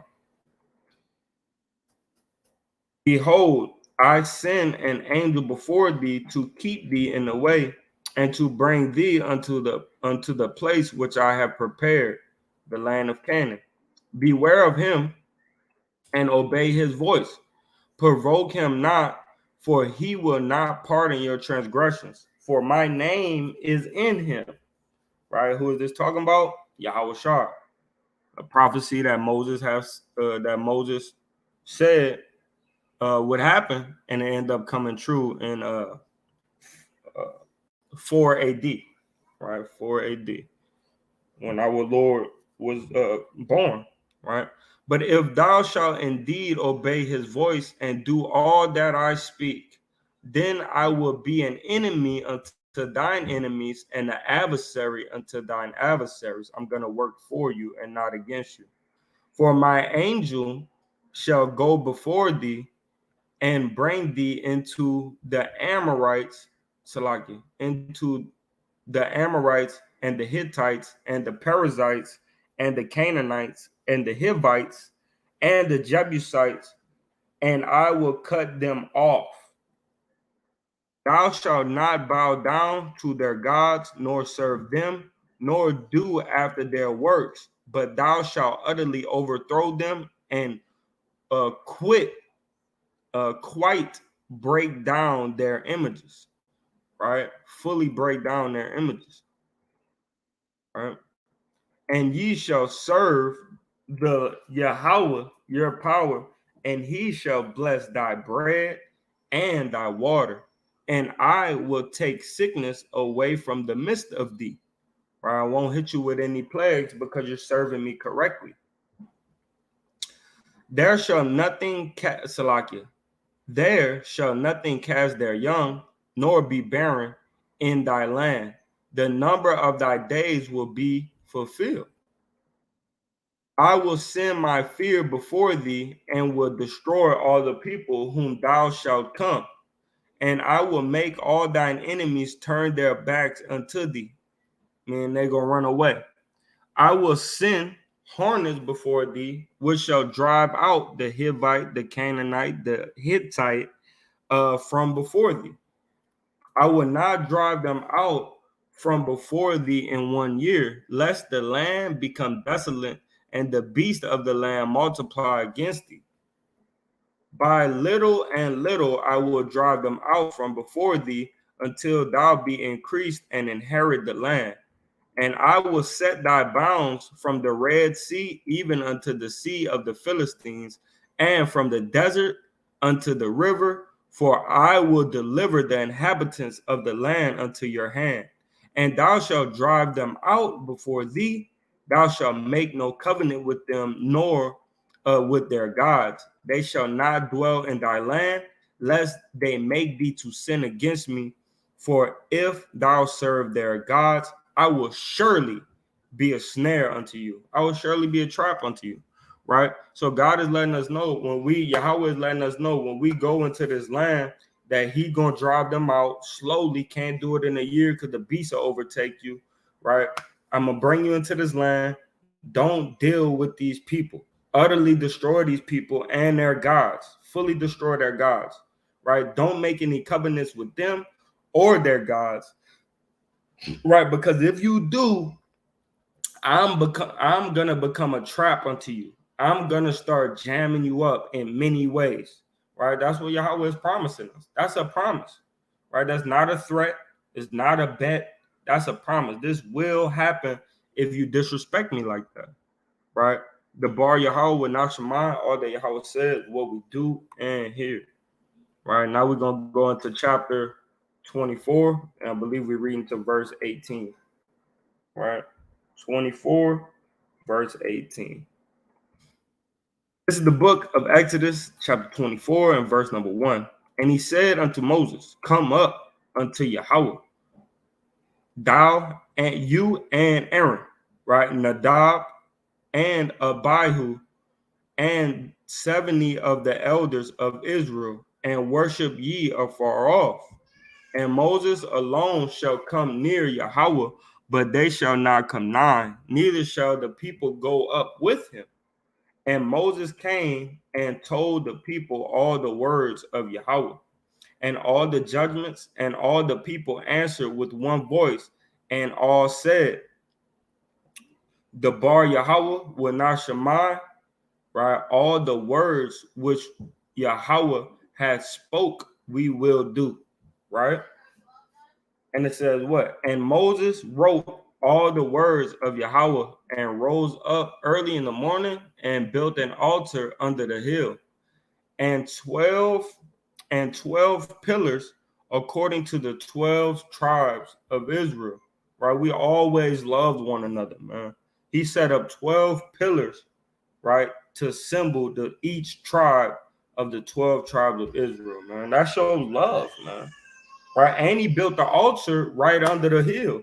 So that means, hey, look, man, if you want to get stones that's not hewn or chopped, cut stones, right? You don't want to just make an altar out of bricks, right? You want to have huge stones. I mean, untouched stones, right? And make an altar, man. Go right ahead, man. The Most High might be with you, right? But that's how Moses did it, and he made an altar under the hill and 12 pillars according to the 12 tribes of the children of Israel. And he sent young men of the children of Israel, which offered burnt offerings and sacrificed peace offerings of oxen unto Yahweh. And Moses took half of the blood and put it in basins, right? This is the covenant. And hey, baby, and put it in basins, and half of the blood he sprinkled on the altar. And he took the book of the covenant, right, the tables of stones, and read in the audience of the people. And they said, the bar Yahweh will not Shemai, right? All that Yahweh said, we will do and be obedient, right? Taziyatan, right? Obedient, right? And be obedient. And Moses took the blood and sprinkled it on the people and said, behold, the blood of the covenant, which Yahweh had made with you concerning all these words. Right now it's sealed. We have now sealed the contract on the dotted line. We are now the children of Israel. We're back the chosen people, and we have to, right? And we have to do what Yahweh told us to do. Right? That's what happened. Soon as the blood sprinkled, signature on there, right? We sold our soul to the Most High, right? And it says, Salaki, I'm gonna read this one again. And Moses took the blood and sprinkled it on the people and said, behold, the blood of the covenant which Yahweh had made with you concerning all these words.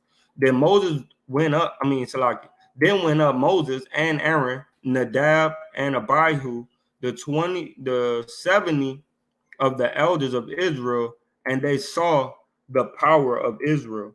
And there was under his feet, as it were, a paved work of sapphire stone, and as it were, the body of heaven in his clearness. Right? It was so bright, so clear, right? And it was like his throne was a sapphire stone, right? And it says what?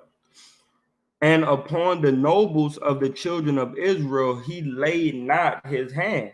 Also, they saw Yahweh and did eat and drink. And Yahweh said unto Moses, come up to me unto the mount and be there. I will give thee tables of stone and a law and commandments which I have written, that thou mayest teach them. And Moses rose up and his minister Joshua, right, or Yahushua, and Moses went up unto the mount of Yahweh, Mount Sinai, right? And he said unto the elders, tarry ye here for us until we come again unto you.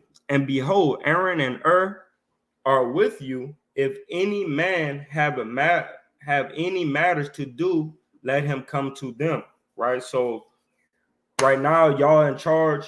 If anybody have problems, need you to weigh out a judgment, they should come to Aaron and And Moses went up unto the mount, and a cloud covered the mount, and the glory of Yahweh abode upon Mount Sinai, and the cloud covered it 6 days. And the 7th day he called unto Moses out of the midst of the cloud. So now it's the Sabbath, right? And I'm just saying that, right? I'm just saying that. I don't know if it was the Sabbath or not, but it says 6 days, and on the 7th day, right, which should be the Sabbath, he called unto Moses out of the midst of the cloud. And the sight of the glory of Yahweh was like a devouring fire on the top of the mountain in the eyes of the children of Israel. And Moses went into the midst of the cloud and got him up unto the mount. And Moses was in the mount 40 days and 40 nights. Right? The bar Yahweh would not shemai. All that Yahweh said is what we do and hear. Right? So boom, we done with that. Right, all praises to the Most High, man, to the beloved soldier, man, that's in the chat, and on the live, man, listening in, tuning in. I wish he was reading for me, but all praises to the Most High, to that brother, man. Love that brother. All right.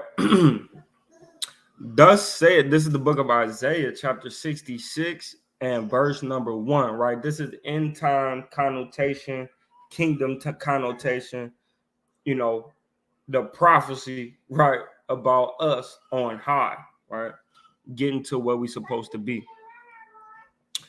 It says, thus said Yahweh, the heaven is my throne and the earth is my footstool. Where is the house that ye shall build unto me? And where is the place of my rest? Right, we know those questions. We know the answers to those questions. For all those things have my hand made, and all those things have been, said Yahweh. But to this man will I look, even to him that is poor and of a contrite spirit, and trembleth at my word, meaning that respect me on a high level. You could build as many houses to the Lord as you want. You could build as many temples, as many altars. You could do all these things, right? That's cool, right? But what the Most High really wants you to be at, and you could build those things with the contrite heart and tremble it by His word. You could build all those things in the right spirit. Don't get it twisted, right? But don't make things, right, outweigh your spirit that you have with the Most High, right? That covenant type spirit that you have with the Most High of obedience. It says, even to him that is poor and of a contrite spirit, and trembleth at my word. Right. So let's get this word contrite, because we use this word contrite a lot, but we don't go into it, nearly as much as we should. Right. So contrite. There we go.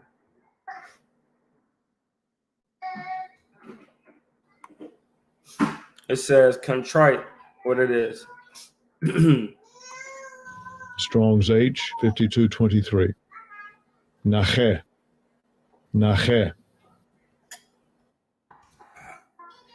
And it says what? Lame, contrite, stricken or smitten, right? A hurt spirit, right? Stricken or smitten spirit.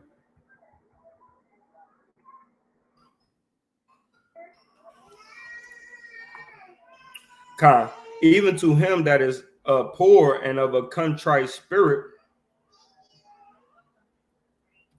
Oh shit, my bad. It's a lot. And a contrite spirit, and trembleth at my word, at my ordinance, my commandment. He that killeth an ox and is as he that killeth an ox is as if he slew a man. He that sacrificed a lamb as if he cut off a dog's neck, right? He that offered an oblation as if he offered swine's blood. He that burneth incense as if he blessed an idol. Yea, they have chosen their own ways, and their soul delighted in their abominations. Right? So he's saying, hey, look, man, these sacrifices that used to be sacred, they used to be honorable, right? People that don't sacrifice these things in the right heart, right? It's like they have done all these abominations, right? Because you're not doing it in the right spirit. Right. Well, I broke a law. I have to go give this to the Most High. I really don't want to give it to him, but I have to. Right. No, he loves a man that's like, oh man, I sin. All right, bring this to him and give him a peace offering too. I love you, Yahweh Salakia. That's what he really wants. Said, I also will choose their delusions and will bring their fears upon them, because when I called, none did answer, and when I spake, they did not hear. But they did evil before my eyes, and chose that in which I delighted not. So when he says, I will also choose their delusions and I will bring fears upon them because I called and none did answer. When we out there shaking the hand, telling people the judgments of the Most High, right? Breaking it down to our wives, our children's wives, breaking it down to the husbands, right? When we go and tell these people these things, right? And we trying to wake them up and they don't want to wake up, it's them not answering. It said, I spoke to you, Yahweh spoke to you through his prophets, through his people, right? And you did not answer. So it says what? And chose none that in which I delighted not. Right? They chose their own ways. They chose their own doctrine. They wanted to teach the commandment of men, right? Instead of following the commandment of the Most High.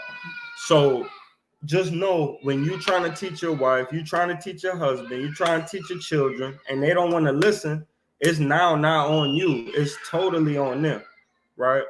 Because Yahweh called, but they didn't answer. They rather delight in the ways that they want to do, right? And they're going to get judged for that, man. Right? It says, verse 5, hear the word of Yahweh, ye that tremble at his word.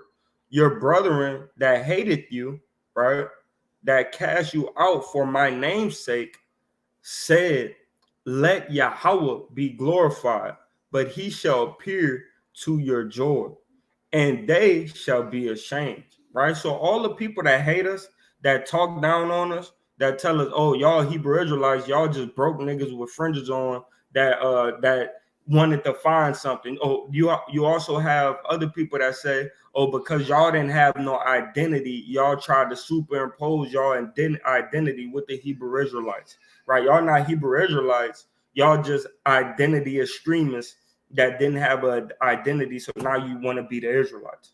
Now, all those people, right, they're going to be ashamed at the end, man, when they see the salvation of the Lord come to those Israelites, man, that walked through the Red Sea, right, that held the skirt of the Most High, man. They're going to look unto us and say, okay, that was the true people. We are the true people. It sucks that I didn't listen.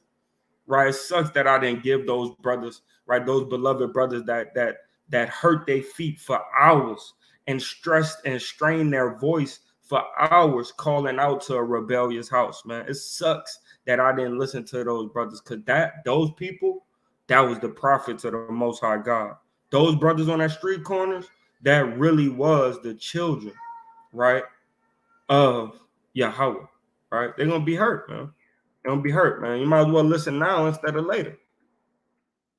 Verse 6, a voice of noise from the city, a voice of the temple, a voice of Yahweh that rendereth recompense unto his enemies. Right? What is that voice, man? We're the voice, man. What we do on a daily basis, waking up the elect, condemning the heathen, right? All these things, man. We're the voice, man. We're the temple, man. We go into Revelation. It tells us that when they measured the temple, they was measuring the spirits, they was measuring the people, right? We're the temple. We're that noise from the city, right? Isaiah chapter 58 and verse number 1.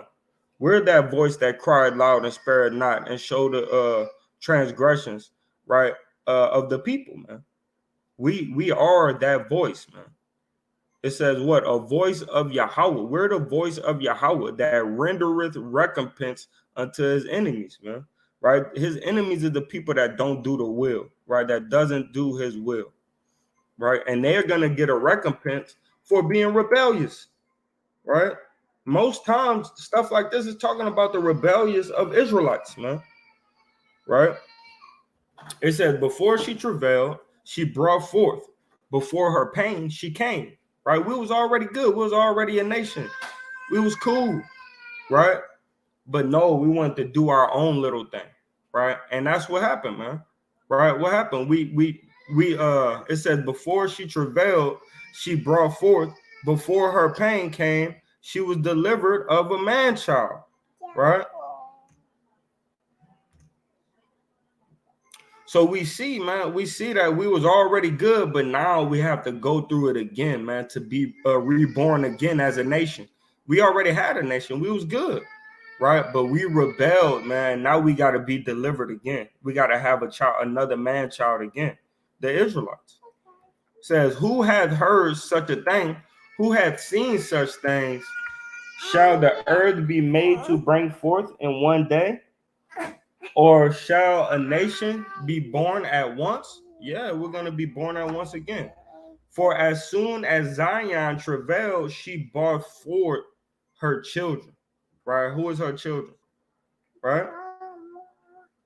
And it says, what? Shall I bring to the birth?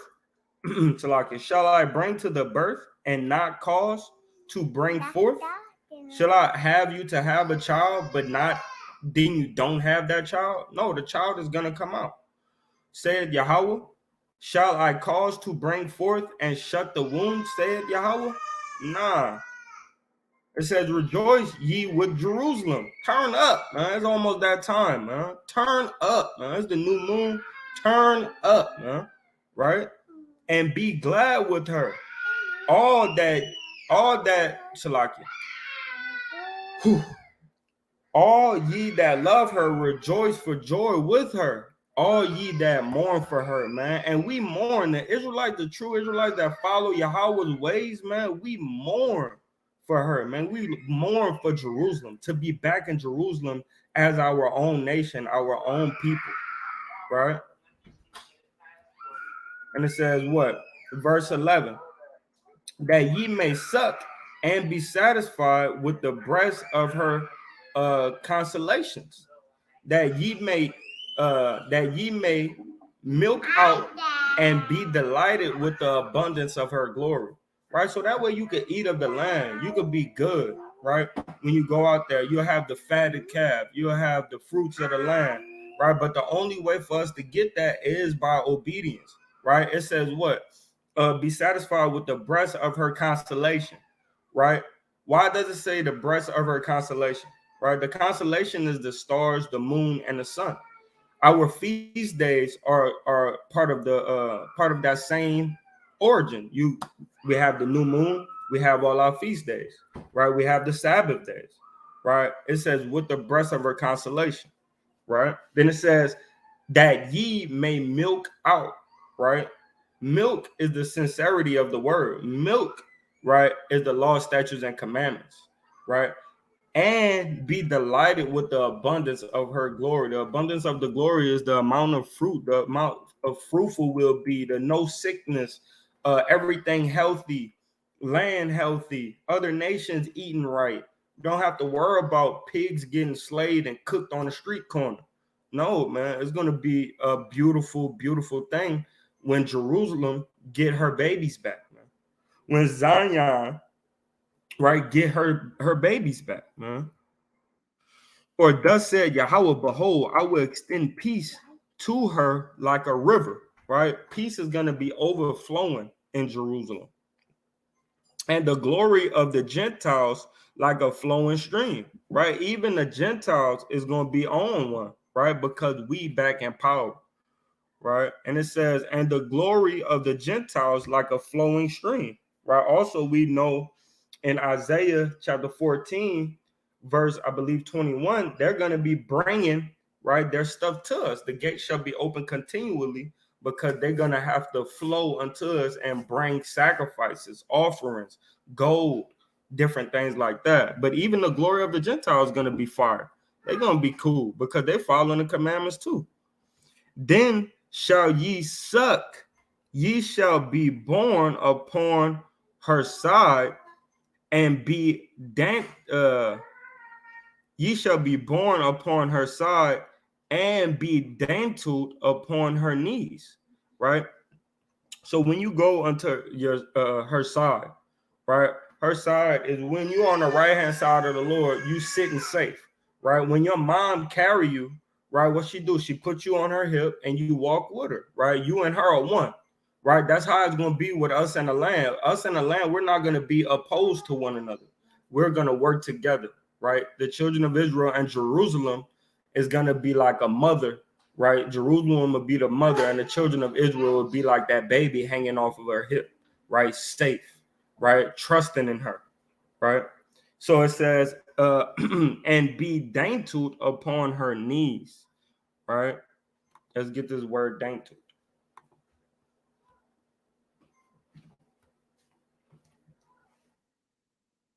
What's up, baby? What you doing?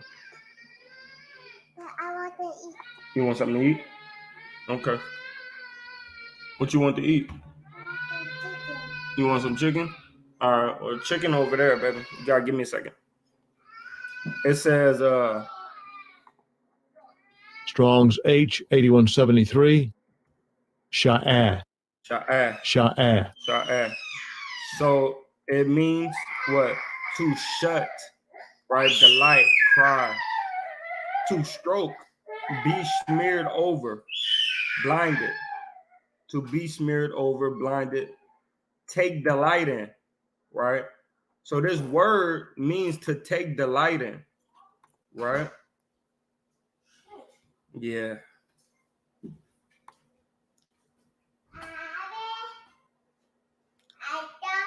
To take delight in, Salakia.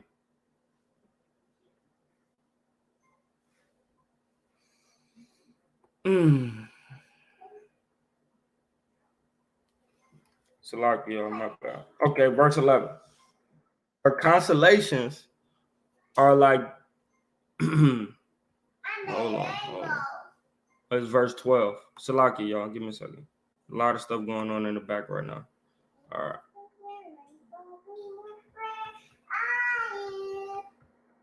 So it says, for thus said Yahweh, behold, I will extend peace unto her like a river. He line.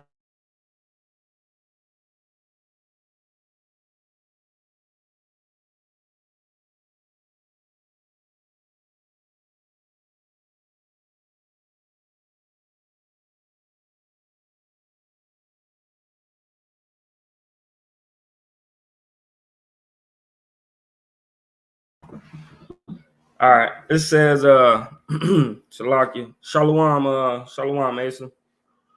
Probably came in and went out. Shalawam, okay. It says, for thus said Yahweh, behold, I will extend peace unto her like a river, and the glory of the Gentiles like a flowing stream. Then shall ye suck, ye shall be borne upon her sides, right? Carried upon her sides, right? And be dainted upon her knees, right? And be what is it? Yeah, my bad, Salaki, y'all. I believe it's something like cared for, right? To be cared for upon her knees, right? And it says, as one whom whom his mother comforted, so will I comfort you, and ye shall be comforted in Jerusalem, right? So now, after this great travail, right, what do a mama do after the baby come out, right? In Sirach, in Wisdom of Solomon, it says, as a baby that so, and I'm gonna quote it right quick. It says, as a baby that falleth to the earth, right? And my first words was crying, and then I was swaddled, right? What a woman do when she have a baby and that baby go to crying, right? The first thing that they do, they pick the baby up, swaddle the baby, make the baby comforted, right? And feed it, right? Same way the Most High gonna do with us when we get birthed into a nation again. It says, and when you see, verse 14, and when you see this, your heart shall rejoice, and your bones shall flourish like an herb, and the hand of Yahweh shall be known toward his servants, and his indignation towards his enemies. So his indignation, his burning fiery anger is going to get off of us, and it's going to get put upon the other nations, right? Salah.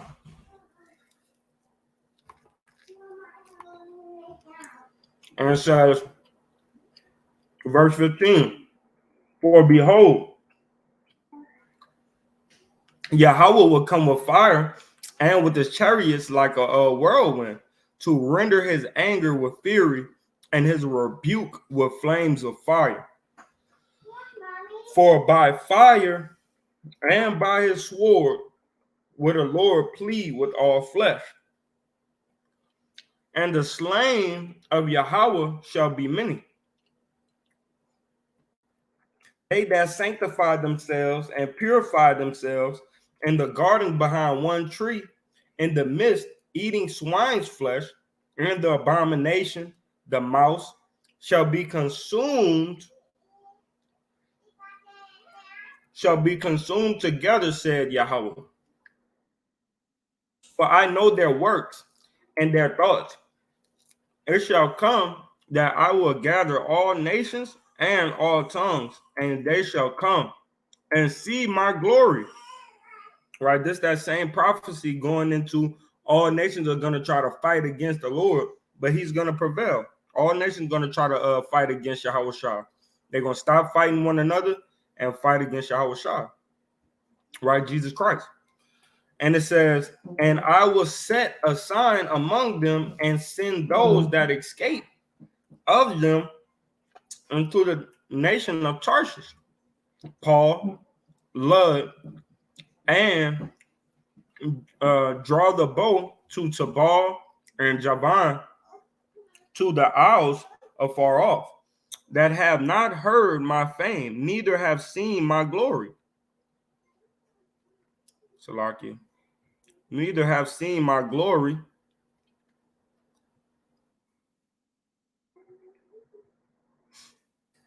And they shall declare my glory among the Gentiles. So the things that he do, Salakia, the things that he do for the Israelites, it's going to be seen, right, all the way across the world, just like it happened up in Exodus, with the Exodus of Egypt. Same way it's going to happen now. But even we have even more nations now. So it's going to be the salvation of the Lord is going to be spread like wildfire among the nations, man. And the Gentiles, they're going to know in that day, okay, those was the chosen people. And they shall bring all your brethren for an offering unto thee. Yahweh. It says, and they shall bring all your brethren for an offering unto thee, Yahweh, out of all nations upon horses, and in chariots, and in litters, and upon mules, and upon swift beasts, right, fast beasts, to my holy mountain Jerusalem, said Yahweh, as the children of Israel bring an offering in a clean vessel unto the house of Yahweh, and I will also take of them for priests and for Levites, said Yahweh. For as the new heavens and the new earth, which I will make, shall remain before me, said Yahweh, so shall your seed and your name remain. Right? So the next kingdom that's coming is going to remain, right, for eternity. That's why he said, we're going to get everlasting life, man, because we're going to be able to reign forever and ever. It's not going to stop, right? The reign that the Lord coming to send upon his earth, man, is the Israelites that's going to rule forever, Salaki. And it shall come to pass that from one new moon to another, and from one Sabbath to another, shall all flesh come to worship before me, said Yahweh, meaning all nations, right? And they shall go forth and look upon the carcasses of the men that have transgressed against me, for their worm shall not die, neither shall their fire be quenched, and they shall be an abhorring unto all flesh. So you're going to be able to look at the ones that didn't serve Yahweh to the best of their ability, and you'll see that, okay, he the least in the kingdom. He the least in the kingdom. All right, he the least in the kingdom. So he's still being afflicted, but we in the kingdom, right? So we want to put in work, to have something in the kingdom, and that comes with sacrifice. All right, that comes with preferring one another more than thyself, and preferring the Most High over your own pleasures, man. Right, and a lot of people don't want to do that. They like their own pleasures. They want to do what they want to do, and they don't want to be told nothing. Right, like a little badass kid, don't want to be told nothing. All right, Con. So now we're gonna go into Mark. Right now we'll be going into Mark. And the water for hanging in there. Right, we're trying to do this, man. We're gonna go through this. All right, Mark chapter 9, verse number 40.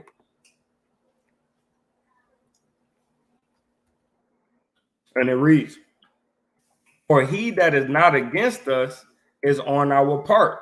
Right? Those who not against us, they for us.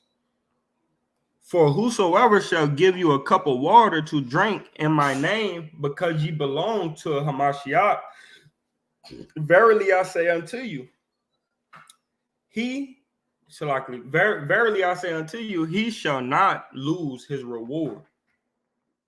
That's why it's good to bring water and sandwiches and stuff like that to brothers that's at camp, man. So sisters, that's one of your good ways to get that reward, man. Bring some water, some food for the brethren, new shirts. You feel what I'm saying? Surprise us with zeets. Try to earn your reward, because it's not gonna go missed what you do for the people that serve the Lord, right? That serve Yahweh. "And whosoever shall offend one of these little ones that believe in me, it's better for him that a millstone were hanged about his neck and he were cast into the sea." Right? So those same people that serve in the Most High, that's the little ones, right? And if you offend them, it's just like you revile the gods. That's why it says if you revile the gods, right, that's a sin. You get jammed up for reviling the gods, right? And that's disrespecting, your husband, disrespecting the Most High, disrespecting the Son of the Most High, Yahushua, right? When you revile the gods or disrespect the gods, right, your husband, the children, your mother, right, and father, you're gonna it's like you might as well should put a millstone around your neck that were hanging, man, and thrown into the sea. It says of verse 43, "And if thy hand offend thee, cut it off." Right? So if somebody or your body part, right? Your body part could also mean a person. If a friend offend thee, right, cut it off, right? Or if your hand offend thee, if something makes you to sin, right, cut it off. "It is better for thee to enter into a life maimed than having two hands to go to hell, to go into hell, into the fire that never shall be quenched, where their worm dieth not and the fire is not quenched," right? To where you still going into affliction, even in the kingdom, right? You only got one servant, you only got one house, you got one wife, and you got 10 kids, and everybody get on your nerves still. You don't cry no more, right? But you still vexed. You feel what I'm saying? You don't want to have affliction in the kingdom. That's why we strive to be great in the kingdom. It's because we don't want to get there and then we damn near in hell still. Right? It says, "And if thy foot offend thee, cut it off." Right? If your doings offend you, cut that bad habit off. "It is better for thee to enter halt into life than having 2 feet being cast into hell, into the fire that never perish, unto the fire that never shall be quenched, where their worm died not, and the fire is not quenched.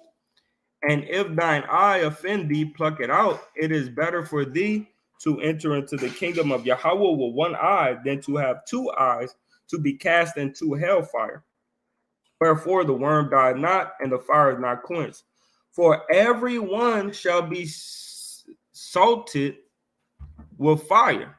And every sacrifice shall be salted with salt, right? So all of your works are gonna come to light, whether your works are good or whether your works are evil, right? And just like gold is tried in the fire, if you throw wood in the fire, the wood will burn up, right? You throw plastic in the fire, the plastic will burn up. You throw glass in there, the glass will melt, right? But gold gets purified in the water. Meaning, right? Make sure you're doing the righteous works unto Yahweh, man. So that way your works are remembered after they're tried in affliction and they're tried in fire, right? And that, right, is the end of this week's Torah portions. Lord willing, right? Y'all see me once or twice throughout the week, right? And next Shabbat day, man. Next Friday night to Saturday night. You'll see me Saturday morning once again, man. And with that, I want to say, Kwam Yashala and Shalawam.